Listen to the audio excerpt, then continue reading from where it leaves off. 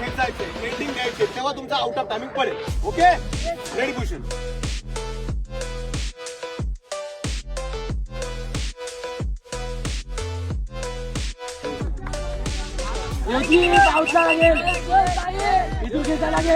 पहिला राऊंड 1:25. पहिला राऊंड 1:25. 31. जोरात माया. 1:25. चल.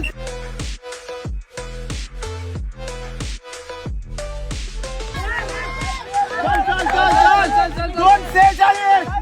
2:48. 2:50. 2:52. 2:54. 2:56.